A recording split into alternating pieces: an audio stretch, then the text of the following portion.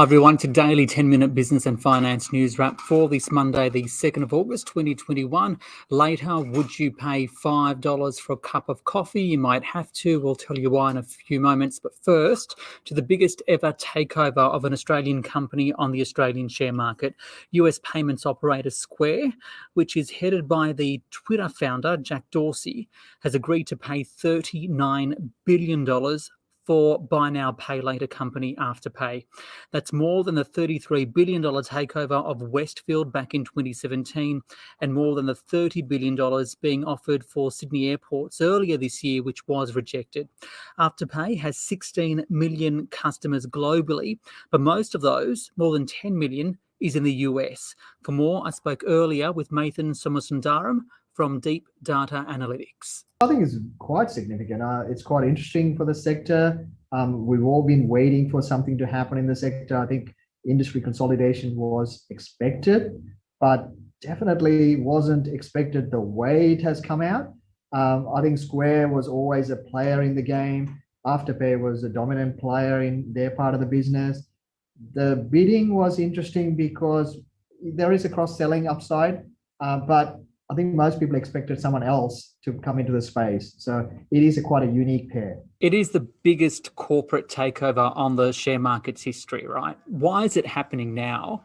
And why do you think Square? Yeah, look, I think it's an interesting play for both Afterpay and Square. And, it tells you something about the sector when the management is accepting the deal so quickly from Afterpay as well. They didn't go play hardball. And that tells you something's playing out. Look, I think the overall industry is at a mature state, and a lot of the stocks now are having to deliver, and it's getting harder and harder. If you look at the share price for Square, it's pretty much gone sideways since December last year, and Afterpay has come off a bit. In February, all the buy now, pay laters peaked, and everyone had a huge run. And remember, Afterpay got to 160. So they're being taken over at 125, 130 odd. That's a discount to the peak. And all the growth stories and where this was headed, it's quite interesting that the management was willing to sell out that quickly without even looking for a competitive bidder on the other side. So it's interesting for me. I think the sector was due for consolidation. This flags there is going to be consolidations. There was always regulatory risk. But I think the buy now, pay later has got so big now, they're too big to fail. So the obvious thing for the regulators and for the industry is to have consolidation and with cross-selling with other players. Is there talk about who's next? Well, I think inevitably that's going to play out. We've been a fan of Zip since the pullback. Remember, Zip's gone to $14 and it fell below $7. So it's had a much bigger pullback. I do like their model. I like their management, how they've gone about it. It's has a lot more quality control attached to the, the credit in however you want to put it into selling to customers. And so I would say there is going to be a play. I think the industry will go through more consolidation, and the cross-selling is the big thing. You want customer base, you need to acquire a lot more customers, and you need to cross-sell. So I'd expect other players to come in and look at who are the partners where they can link up and use the technology. So this particular Afterpay deal, it's all about continued growth, access to growing markets, and I guess that's the US at the moment. It is. Everything heads back to the big customer base, and that is the US. And it also, because they are more of a point transaction-based model for Square, this allows them to add that extra feature into that sector. And the people who already have Afterpay, they can bring in their products. So the cross-selling is the huge thing. So that kind of makes sense. And the other thing I would have expected is other players in the fintech space where they would have looked at, instead of developing their own product, why wouldn't they just take out someone like an Afterpay or a Zip and just add it on to their feature, because it's already an existing product, the branding is already there. So I suspect the market will start to look at all the major players and say, who's the next one? Because I don't think the buy now, pay later players at the multiples they're in, it's really hard to see them deliver over the next 3 to 4 years being who they are. I think they need to be attacked to some other platform player. And just finally, profit reporting season heats up this week. What are you expecting the themes to be? We've already had a bit of a play in the miners telling us what we are expecting and the US numbers coming through. I mean, obviously the most crowded trade in the world is the US techs, and most of them actually underperformed after the result because the expectations are too high and the growth outlook wasn't as good as what the market expected. I think that's going to be the tricky question for the Australian reporting season. I think the miners will do well because you're in an inflation trade, commodity prices are high, they should be doing quite well, and they've already given the quarterly, so there's no real surprise there. I think the industrials are going to be the tricky one because they're going to see higher costs and the growth rates are going to be a bit patchy with lockdowns and so forth. So I think the risk is where we're headed to the growth outlook statement and the cost statements. These are the key ones people are going to be looking at. And all the miners are telling us cost in labor and energy and so forth have been going higher and higher, and it's starting to bite in the margins. Mathan Somasundaram there from Deep Data Analytics, and we saw Afterpay shares up by 19% today. Zip stronger by 9%. All up, it helped the Australian share market to rise. The S&P ASX 200 gaining 1.3% to 7,491. That's a new record close. The market even reaching above 7,500 points briefly for the first time ever. And that wasn't the only place we saw some takeover activity. We saw some merger and acquisition activity in the oil space. For more on that, I spoke earlier with Tony Sycamore from City Index. Tony, the market's really booming today. A new record. Is it all just Afterpay, or is there something else there? Yeah, there's a really good feel about the market today. We've been trading sideways for about 2 months, and this morning we had the news about Afterpay and also a link up in the mining sector, of the oil sector as well. We had Santos and Oil Search announcing an amalgamation there, and it really is just that final catalyst that the market needed to push it out of this range that it's been trading in, pushed up to 7,500, which is the first time we've been above 7,500 ever, and it was the catalyst which you spoke about, Afterpay and the M&A which we're seeing coming through in the markets now, that gave the market the push that it needed. Now, I spoke earlier in detail about Afterpay, but what about this Santos and Oil Search deal? How significant is that one? It's a great deal for both companies. It puts the combined company will be amongst the top 20 largest companies in the world in that area. It's been on the cards for a little while, and it's not a silly price either. We're seeing it pitched at about 6% higher than where Oil Search was trading on Friday. So in terms of what they've paid, it looks like a sensible deal, forming another powerhouse, if you like, another mining powerhouse here in Australia. But this time, rather than in the iron ore sector, we're seeing it in the energy sector, particularly in oil, which is a great thing, I think. Why do you think we're seeing so much merger and acquisition activity right now?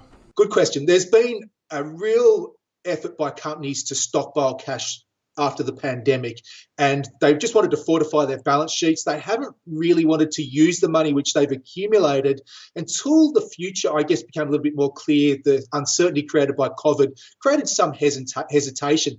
Now, with COVID largely moving to the back, or the rear vision mirror, if you like, apart from here in New South Wales, of course, we're seeing some of the companies based outside of New South Wales start to take more assertive price action. We know interest rates are low. There's certainly some interest there from overseas companies in the ASX 200, and that's where we're seeing a combination. We saw local mergers come out earlier in the year, Seven and Boral, for example. We've seen hostile takeover of 7 airports as well, which was actually rejected. And all of these funds are cashed up. You know, we've got pension funds, we've got infrastructure funds sitting on truckloads of cash. We've got corporates sitting on truckloads of cash, and they either need to use that cash or do buybacks. And buybacks in many ways are an admittance that they just don't know what to do with that cash. And I think we want to see management do more with that cash stockpile, and that's what we're seeing come through at this point of time. So given all this activity, what does it say about the point of the market cycle that we're in right now, and what does it mean for investors?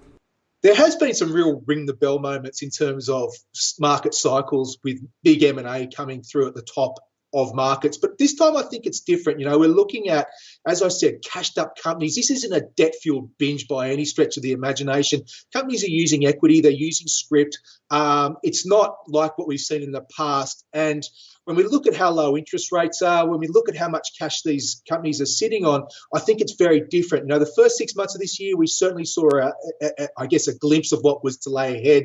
For the second 6 months of this year, I think we're going to see more of these companies looking to try and exploit opportunities between either like-minded companies or companies where they can see there has been some weakness created either through the pandemic or potentially they're looking at growth areas, particularly in IT and telecos. Tony Sycamore there from City Index. Now, are you prepared to pay $5 for a cup of coffee? You might have to in the new year. That's because the price of coffee beans have reached a near 7-year high, and that's on the back of bad weather in Brazil. For more, I spoke earlier with Rabobank's Carlos Mera. If you look at the futures market, which is a sort of average of Arabica prices, we are looking at $2 per pound. And that's 30% higher versus what prices were 1 or 2 weeks ago. And the main factor in the last week was the frost that hit Brazil, the Brazilian Arabica belt. Now, coffee trees are very susceptible to frost, and some trees can die, especially young trees. But also, what we saw across the belt is heavy defoliation, which is the major factor. And that will mean less production for next year. So do you think this increase in prices, is that likely to be sustained? So production is lower. So I think prices are going to be relatively elevated. I do believe coffees might come down, but I have to say, we have another frost expected in the coming days. We have to wait and see what the weather will be like. But also there are a number of factors that have been pushing coffee prices higher over the last year. We have seen a massive increase in shipping costs, particularly from Southeast Asia to different regions in the world in containers. We have seen 3 months or more of protests in Colombia that preventing coffee from being exported. The May monthly export volume of coffee was the lowest in 40 years. So those are huge events. Now, the export situation out of Colombia is getting better, but container shipping prices are still very, very expensive. We will expect a normalization, but it's not going to be immediate, maybe next year. So for the consumer and for the business operator that deals or uses coffee and coffee beans, what does it mean for them, do you think? Will businesses, for example, have to bear the brunt of these costs, or will the consumer have to pay higher prices for a cup of coffee? Well, that really depends on the brand and the power they have to pass on the cost to consumers. Now, if we're talking about packaged coffee sold in supermarkets, and if we're talking about the cheapest brands, then the cost of coffee beans is probably about 50%, up to 50% of the cost of the product. So because the price increase in coffee beans was so strong, it will have to be passed on to the consumers. It may take a little bit of time. Some companies are hedged, so they can weather the price increase for a little bit of time. And some supermarkets may actually, negotiate the price increase or ask that the price increase is delayed, but it will happen sooner or later. Now, when we talk about coffee shops, that's a completely different story, because then the cost of the coffee beans is probably only 3, 4, maybe 5% of the cost of your frappuccino or your latte or your cappuccino. So there are, it's a much, if there is an increase, it's going to be much smaller, maybe, less than 2% or so because of the coffee beans. However, I have to say that coffee shops are seeing a number of challenges.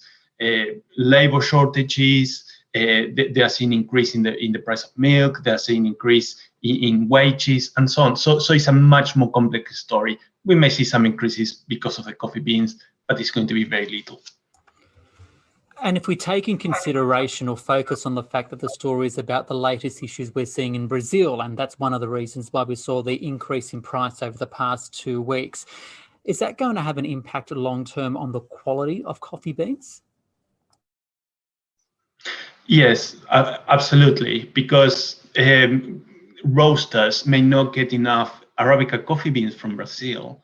So they will have to take a decision, and they will have to decide whether they will buy better coffee beans, maybe from countries that produce more or less similar coffee, or even a little bit better tasting quality than Brazil, because they probably grow at higher altitudes, like Honduras, like Peru. Those will be the obvious replacements. But there's so much coffee there, and it's much more expensive. So some roasters may decide to go for lower quality beans, like, for example, Robusta coffee beans. I think the consumers are going to notice the difference. Carlos Mera there from Rabobank. Don't forget you can listen to this as a podcast on Apple Podcasts, Spotify, or the SBS radio app. This On The Money stream is provided for informational purposes only.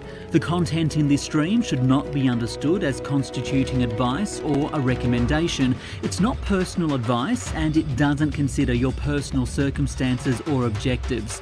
You should contact a licensed professional before